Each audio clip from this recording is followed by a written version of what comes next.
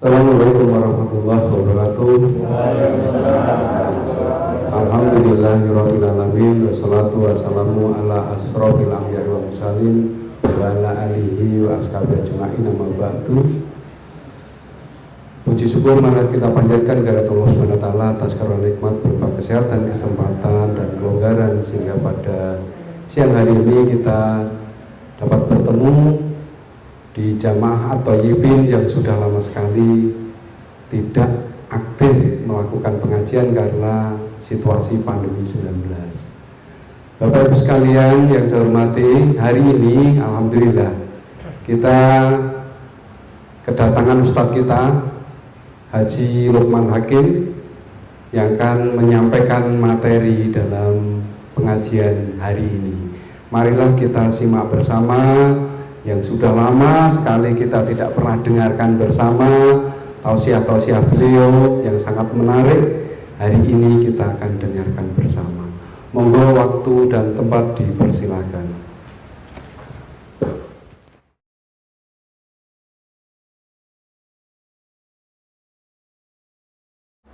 Bapak Ibu jamaah sekalian rahimakumullah, mudah-mudahan kita senantiasa dimuliakan, dirahmati dan diberkahi oleh Allah Subhanahu wa taala. Apa kabar Bapak Ibu semua? Alhamdulillah, sehat, semangat, luar biasa. Kita bersyukur kepada Allah masih diberikan nikmat sehat setelah hampir 2 tahun pandemi ya. Kita masih berkumpul dan semuanya dalam keadaan sehat walafiat. Semoga sehat selalu semuanya. Amin. Bapak Ibu yang dirahmati Allah, pada pengajian ini saya akan menyampaikan sebuah pesan dan nasihat dari junjungan kita Nabi Agung Muhammad Sallallahu Alaihi Wasallam. Hadisnya cukup singkat dan insya Allah Bapak Ibu akan segera hafal. Apa pesan Rasulullah kepada kita? La tahdhab walakal jannah. Pun apal loh. Baleni. La tahdhab walakal jannah. Go bareng-bareng. La tahdhab walakal jannah. Terus nirokke kula. Janganlah engkau marah. Janganlah engkau marah. Maka bagimu surga. Maka bagimu surga. Baleni. Janganlah engkau marah. Janganlah engkau marah. Maka bagimu surga. Maka bagimu surga. Ini pesan Nabi kita, hadisnya sahih, artinya benar. Nabi pernah berkata demikian. Hadis ini diriwayatkan oleh Imam At-Tabrani dari Abu Darda radhiyallahu anhu, sahabat beliau. Pesannya apa Bapak Ibu? La tahdhab, janganlah engkau marah. Falakal jannah, maka kalau kamu tidak marah, kamu nanti akan masuk surga. Pesannya Nabi, satu, jangan marah. Yang kedua, orang yang bisa menahan amarah itu nanti akan bisa menyebabkan dirinya masuk surga. Atau surga itu dihuni oleh orang-orang yang bisa menahan marah. Kan surga itu tempat yang penuh dengan kedamaian toh Bapak Ibu. Mosok ning swarga kok wonge neson ya. Orangnya emosian, mudah tersinggung, misuan, walah swarga macam apa itu ya, nggak ada kayak gitu. Surga itu ternyata dihuni oleh orang-orang yang bisa menahan amarah. Apakah di antara Bapak Ibu ada yang belum pernah marah sama sekali? Nek kira-kira ana sing ngaku durung tau nesu blas, silahkan tunjuk jari. Mengke kula jeng komentar singkat. Bel ya. Kita semua ini pernah marah Bapak Ibu. Malah sok sithik-sithik nesu. Nah niku. Jadi kan awake dhewe karo Kanjeng Nabi niku bedane mung sithik to nggih. Nek awake dhewe sithik-sithik nesu, nek Kanjeng Nabi nesune sithik. Jadi bedane sithik. Iya. Jadi kita semua ini pernah marah. Mengapa? Ya karena marah itu suatu sifat yang manusiawi Bapak Ibu. Marah itu apa toh? Menurut ilmu psikologi, saniki awake dhewe nggunakake ilmu psikologi barang, marah itu katanya adalah emosi negatif. Jadi emosi itu tidak semua negatif Bapak Ibu. Ada emosi positif toh nggih. Emosi positif itu apa? Gembira, semangat, terus ceria. Menika adalah emosi yang positif. Ning awake dhewe rak salah kaprah. Nek nesu emosi, aja emosi lho Pak Subi ya.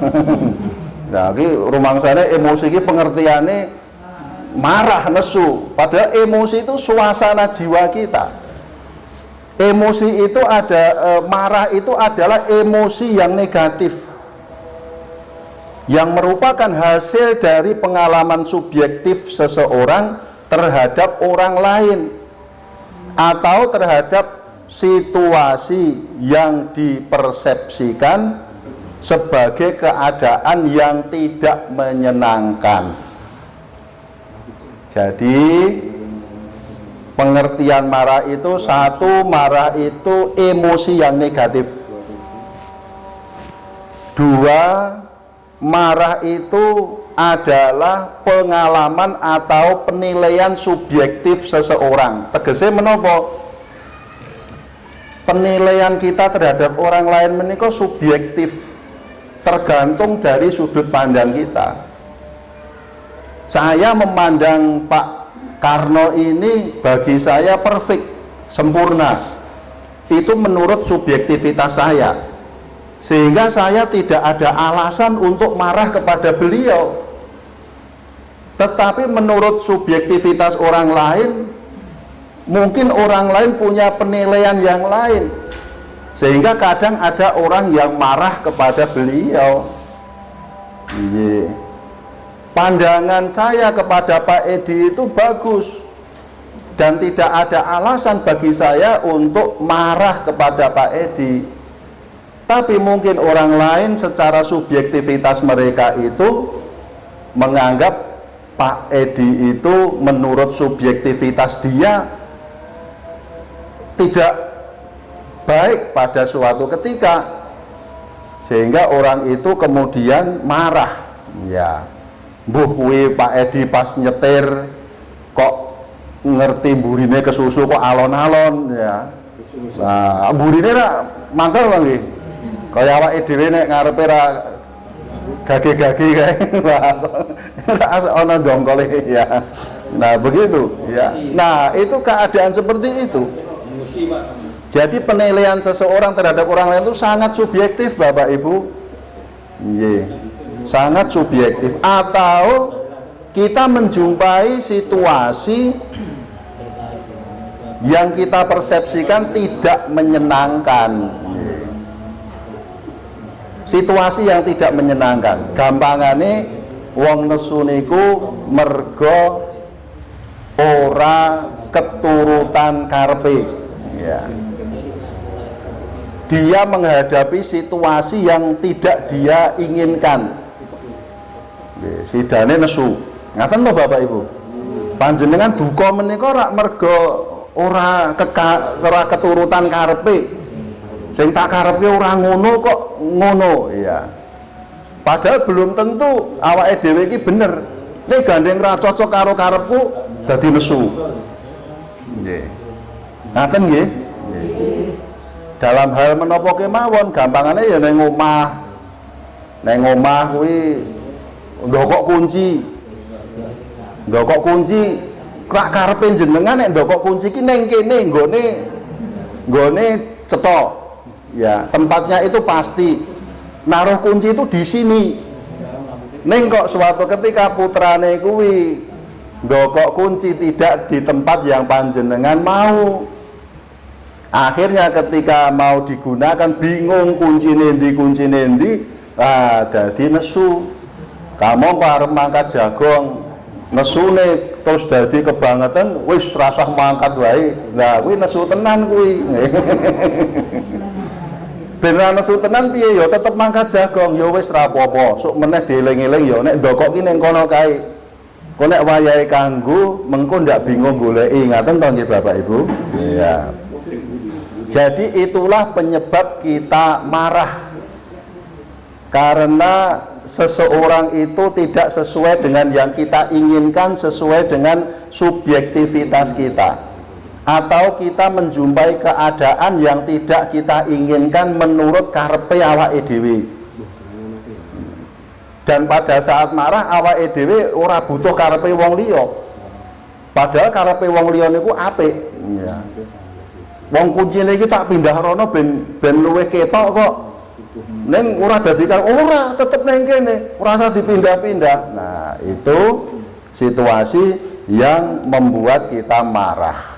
Bapak Ibu yang dirahmati Allah, bagaimana penampakan atau penampilan orang yang marah itu? Orang yang marah itu bisa menampakkan kemarahannya dalam berbagai bentuk. Tunggal dari raut muka. Raut mukane pripun wong nesu niku? Wah, ana sing jenggureng nggih, ana sing mangar-mangar, ana sing menteleng, ana sing kaya buta nggih. Nggih.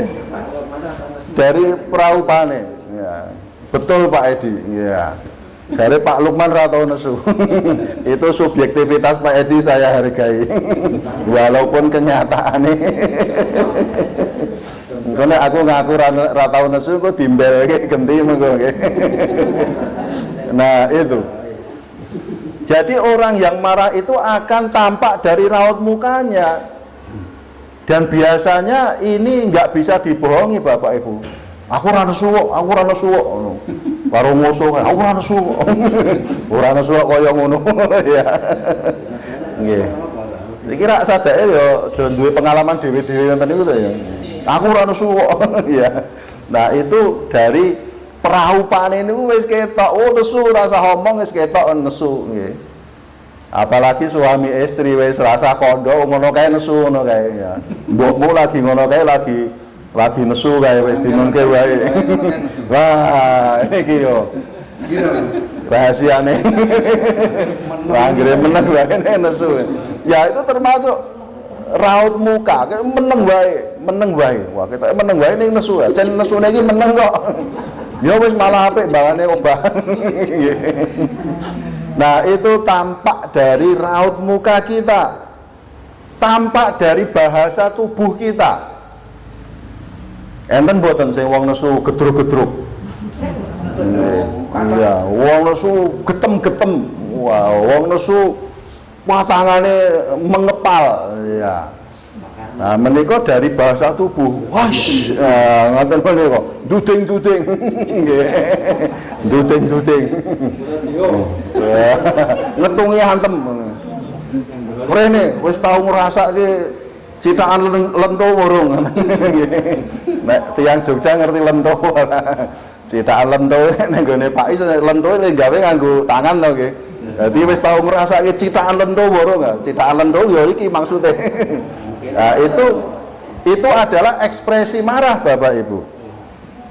Kemudian secara verbal dengan ucapan muni-muni, muring-muring, iya, teriak-teriak, wah, wah, ngabsen gembira loko.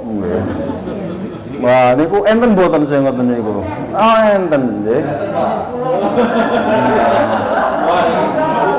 Kok ketoke ana sing ngendika kula ngono niku.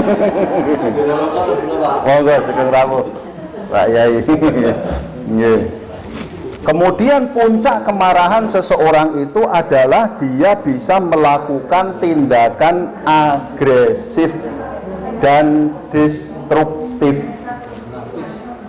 anarkis, merusak.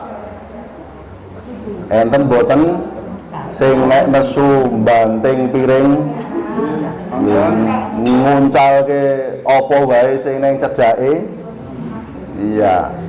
Apapun bisa dilakukan. Kalau orang marah itu bisa merusak, bisa merugikan orang lain, bahkan bisa membunuh. Ya, awake dhewe rak bareng ngrungokke berita to nggih Bapak Ibu. Karena marah seseorang membunuh orang lain. Mergane nesu. Nah, itu. Padahal pada akhirnya perbuatan itu akan merugikan dirinya sendiri, tetapi dia tidak sadar ketika dia sedang marah. Karena ketika orang marah itu dirinya dan emosinya dikuasai oleh setan. Nah, sehingga dia tidak bisa mengendalikan dirinya sendiri.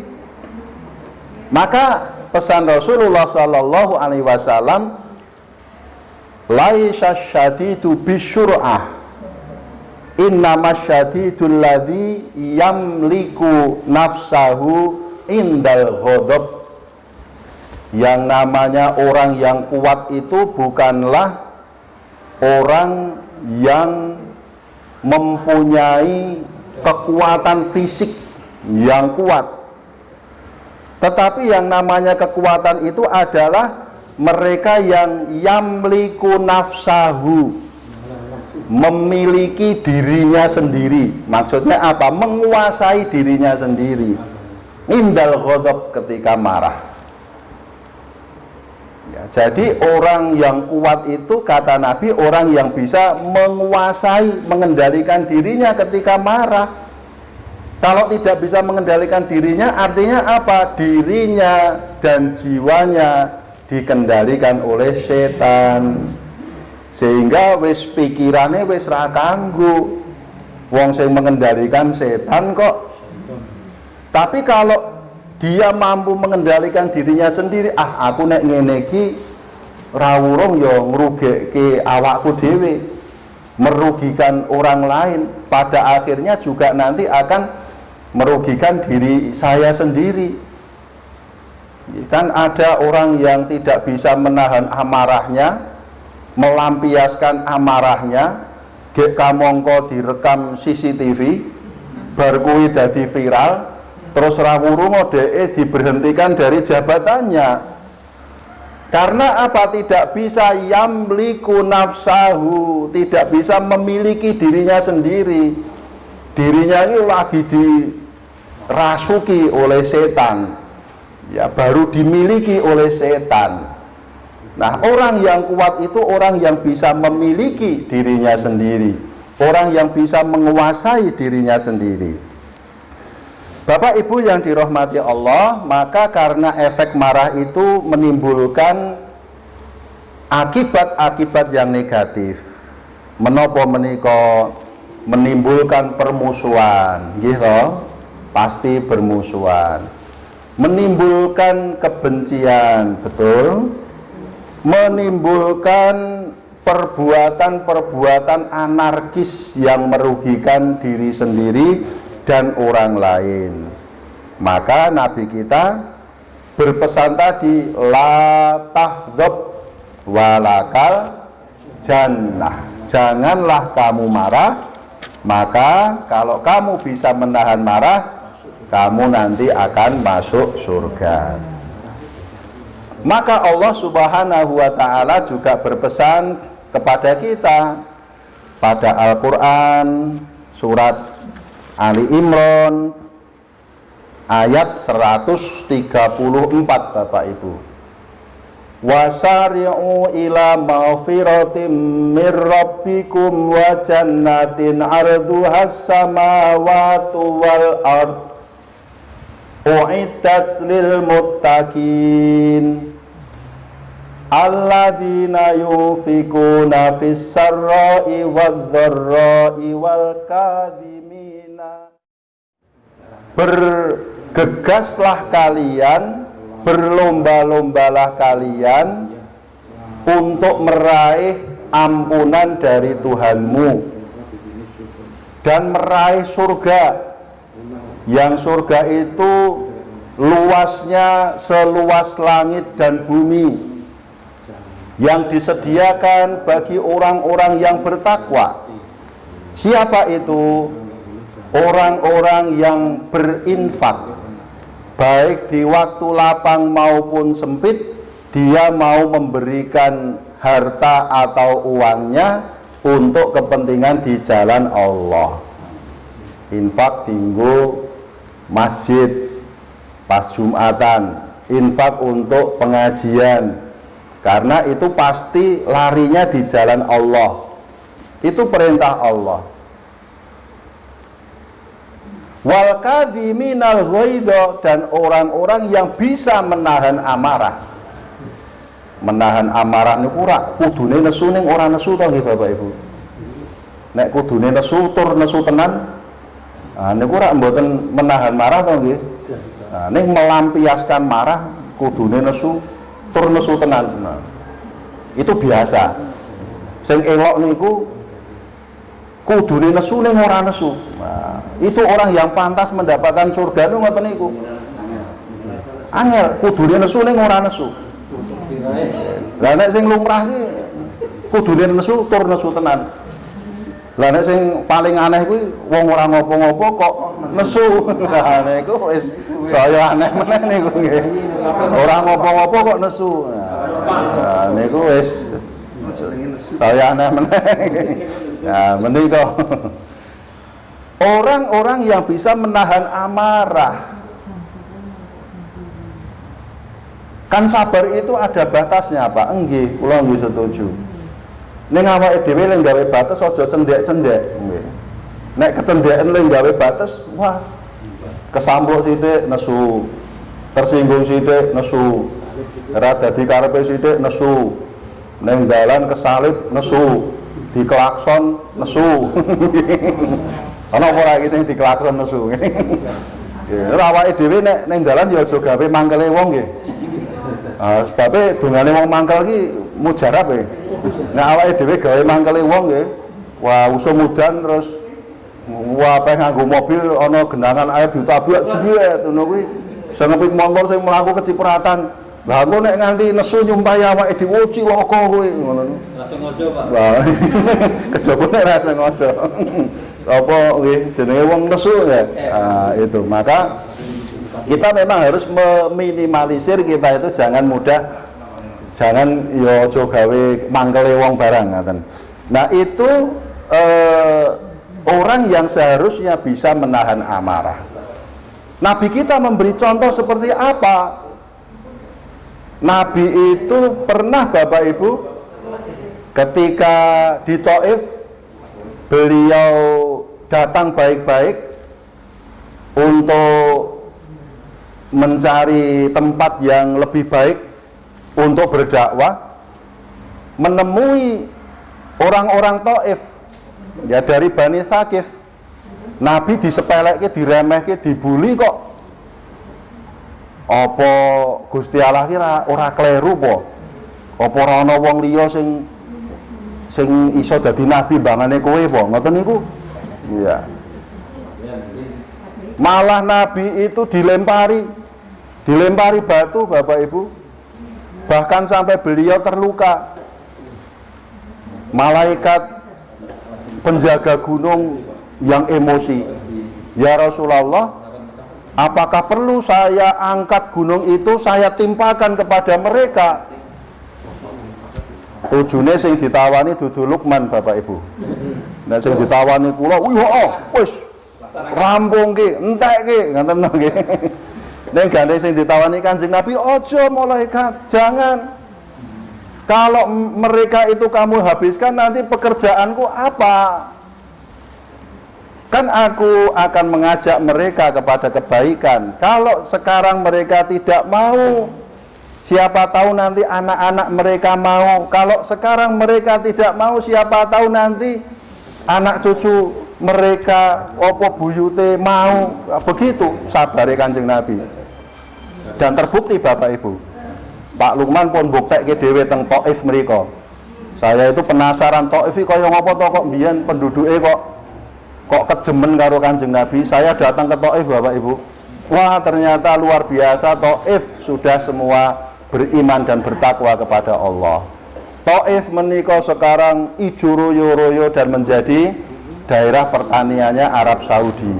Wah, Thaif menika keindahannya luar biasa, penduduknya juga keramahannya luar biasa karena kesabaran Rasulullah Shallallahu Alaihi Wasallam.